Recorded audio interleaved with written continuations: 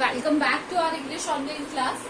सो हम प्रपोजिशन कर रहे थे और आज हम जितने भी रिमेनिंग प्रपोजिशन है वो कंप्लीट करेंगे इस क्लास में। So we are going to start with the, मैंने आपको बहुत सारे का बता दिया था। अब है नेक्स्ट है ओवर। क्या है नेक्स्ट हमारा? ओवर। ओवर का मतलब होता है ऊपर। ओवर का क्या मतलब होता है? ऊपर। अगर हम जनरल अगर ओवर की बात करें तो ओवर आता है किसी भी चीज को कवर करने के लिए। किसके लिए आता है? To cover something. किसके लिए आता है? To cover something. For example, please put a cover over the table. तो यहाँ पे किस लिए काम में आ रहा है? टेबल को कवर करने के लिए। किसके लिए आना है? कवर करने के लिए। ये तो हो गया हमारा फर्स्ट। अब सेकंड है ओवर का, ये है फर्स्ट। सेकंड है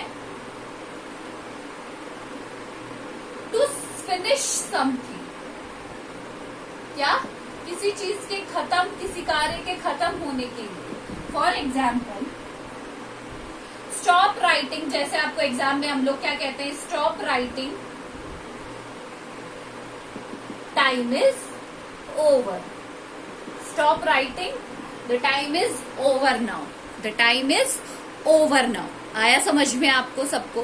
तो इसी तरीके से हम क्या करते हैं? ओवर के दो यूज होते हैं। सबसे पहला है टू कवर समथिंग और दूसरा है to finish something. Got it? इनको आप लिख लीजिए, एग्जाम्पल आपको खुद को बनाने हैं इनके।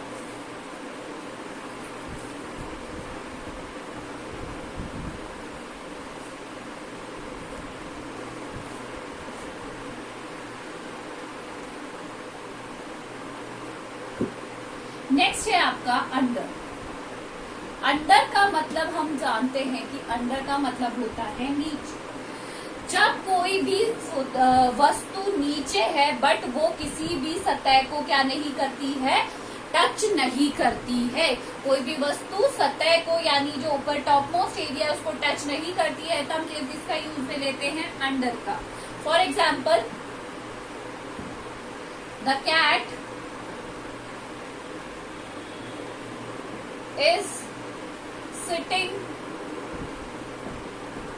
under the table। जो कैट है वो कहाँ बैठी है? टेबल के नीचे बैठी है। कहाँ बैठी है? नीचे। बट वो टेबल को टच नहीं कर रही है, बस टेबल के नीचे बैठी है।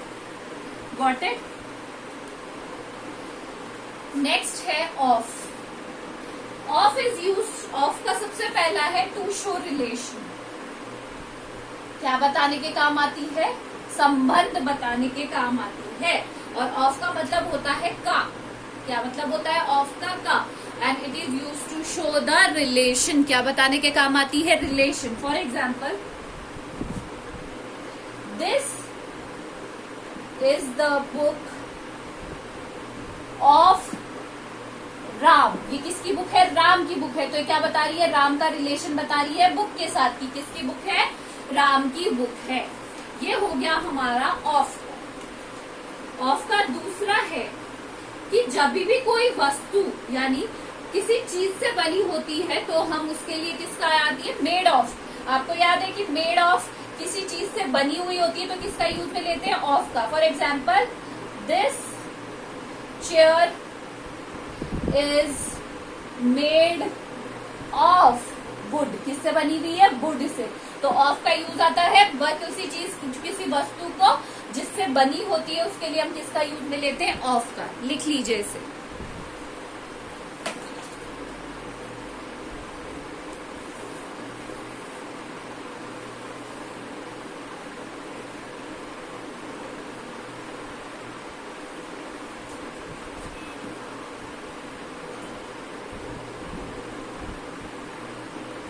अब बारी आती है सिंस या फॉर की।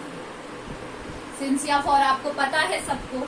जब भी हमें समय की अवधि, पीरियड ऑफ टाइम पता होता है तो हम किसका यूज में लेते हैं? फॉर का। For is use for period of time, period of time, period of time. और पीरियड ऑफ टाइम को कहा जाता है समय की अवधि, है ना? समय की अवधि मतलब समय का हमें क्या पता होता है? ड्यूरेशन पता है पर एग्जैक्ट टाइम नहीं पता है। For example, he has been living here for 2 years।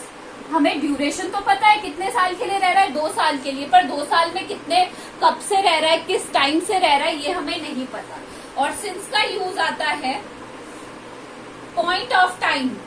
Point of time का मतलब होता है निश्चित टाइम। क्या? निश्चित टाइम, यानी डेफिनेट टाइम, निश्चित समय। जब हमें पता होता है तब हम किसका यूज में लेते हैं? सिंस का यूज लेते हैं। फॉर एग्जाम्पल,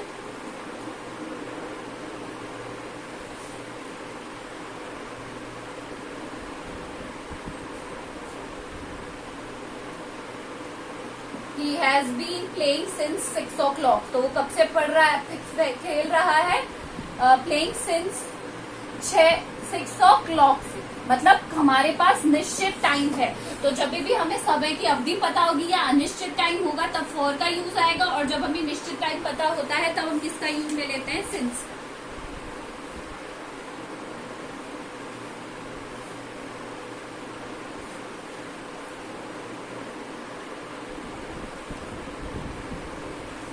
आया समझ में? अब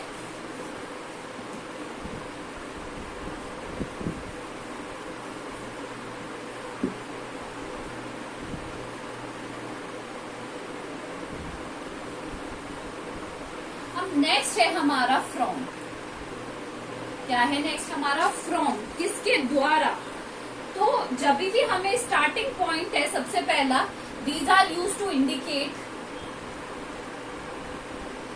स्टार्टिंग पॉइंट ऑफ, स्टार्टिंग जहां से हमने स्टार्ट किया है, starting point of place, person और थिंग। क्या बताने के लिए? कि कहां से शुरू किया गया है कोई भी काम। For example, he travelled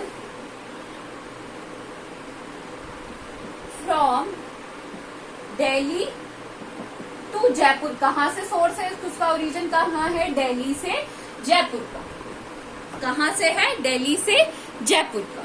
next है हमारा इंडिकेटिंग सोर्स। सोर्स का मतलब होता है इसका ओरिजिन कहां से हुआ है। Indicating source,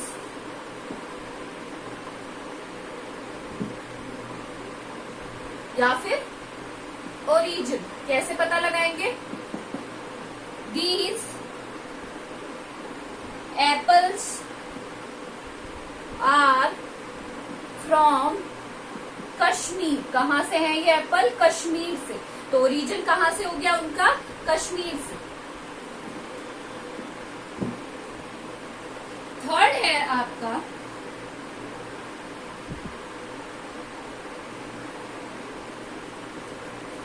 showing reason. क्या बताना? किसी का कारण बताना। रीजन या फिर सेंस, किसी सेंस को प्रकट करना। For example, he died from malaria. किससे डेथ हो गई उसकी? मलेरिया से। तो क्या कारण था उसका? मलेरिया था। तो from is use for showing reason. क्या बताने के काम आ रहा है? रीजन बताने के काम आ रहा है। नेक्स्ट है, यहां लिख रही हूं, शोइंग डिफरेंस। क्या बताने के काम आता है? डिफरेंस। डिफरेंस यानी अंतर। फिर कैसे करेंगे? He is different from others. वो दूसरों से क्या है? डिफरेंस है, डिफरेंट है, अलग है एकदम। तो क्या बताने के काम आ रहा है? डिफरेंस बताने के काम आ रहा है। आया आपको समझ में?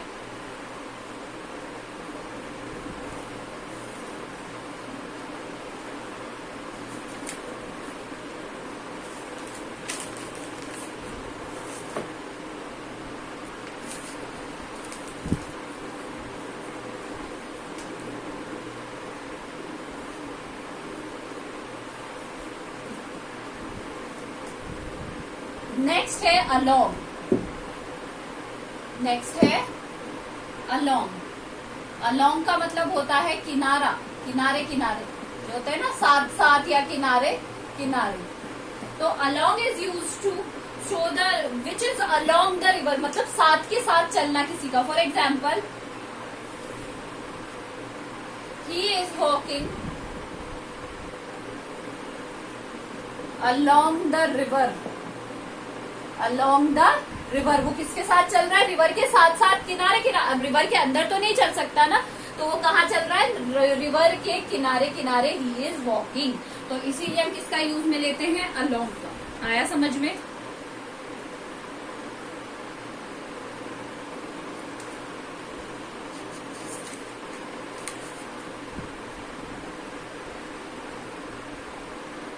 और लास्ट है हमारा विथ। विथ का यूज आता है किसी भी चीज को काम करने के लिए, किसी भाव को। जैसे I beat him with his stick, I beat him with a stick, मैंने उसको किससे मारा? स्टिक से मारा। तो क्या हो गया यहाँ पे? किससे सोर्स है? किससे मारा है? स्टिक से मारा है। और दूसरा है I live with my friend, मैं किसके साथ रहता हूँ? मेरे फ्रेंड के साथ रहता हूँ। तो ये क्या हो गया? विथ भी यहाँ पे से क्या बता रहा है कि किसी के साथ में के भाव में। तो आज हमने हमारे जितने भी प्रपोजिशन है कंप्लीट कर लिए हैं। आपको इनको एग्जाम्पल के साथ कॉपी में लिखना है, और कोई भी कुछ भी आपको क्वेरी है तो मुझसे पूछ लीजिए। This is all for today. Thank you.